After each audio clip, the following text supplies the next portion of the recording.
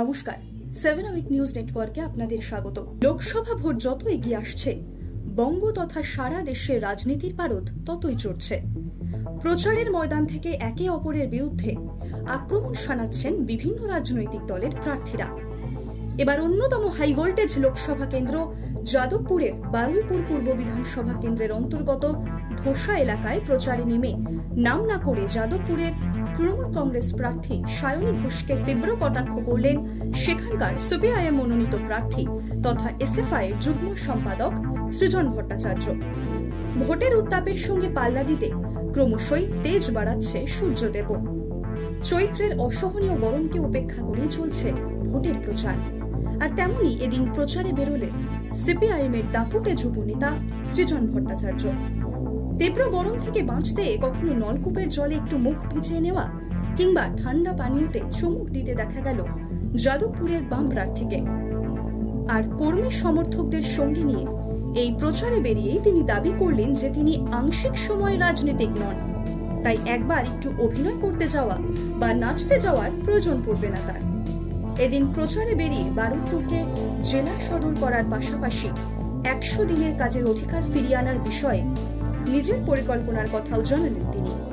জয়ের বিষয়ে আশাবাদী সৃজন কি বললেন শুনুন। বলে যাচ্ছে কিন্তু পরে পাবো তো, যেটা নিয়ে যাদবপুরের বিগত সংসদদেরও অভিজ্ঞতা হয়ে আছে এখানকার মানুষ। আমি পার্ট টাইম পলিটিশিয়ান নই, আমি প্যারাশুট ক্যান্ডিডেট নই, আমি সর্বক্ষণ রাজনীতি করি, এটাই আমার কাজ। আমরা যারা এই কাজটা করি, আমাদের পার্টি নির্দিষ্টভাবে এই কাজের জন্য আমাদেরকে অ্যাসাইন করেছে এবং আমি একটুখানি রাজনীতি করে নিলাম, একটু অভিনয় করে নিলাম, একটু নেচে নিলাম, একটু ইডির দপ্তরে ছুটে গেলাম, এই সব করার প্রয়োজন আমার পড়বে না। ফলত আমি 24 ঘন্টা মানুষের জন্য কাজ করার চেষ্টা করব, সেই চেষ্টা মানুষ সেই ভরসা দেখাবেন এই আশা রাখি। প্রসঙ্গত উল্লেখ্য, সৃজনের বিপরীতে তৃণমূলের হয়ে প্রতিদ্বন্দ্বিতা করবেন সায়নী ঘোষ। আর তৃণমূলের যুব সভানেত্রী ছাড়াও তার আরও একটি পরিচয় রয়েছে, আর সেটি হলো তিনি একজন অভিনেত্রী।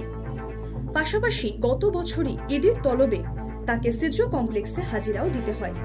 তাই সব মিলিয়ে সৃজন নাম না করে তার বিরোধী প্রার্থীর বিরুদ্ধে যা আক্রমণ শানালেন এ কথা বলাই বাহুল্য।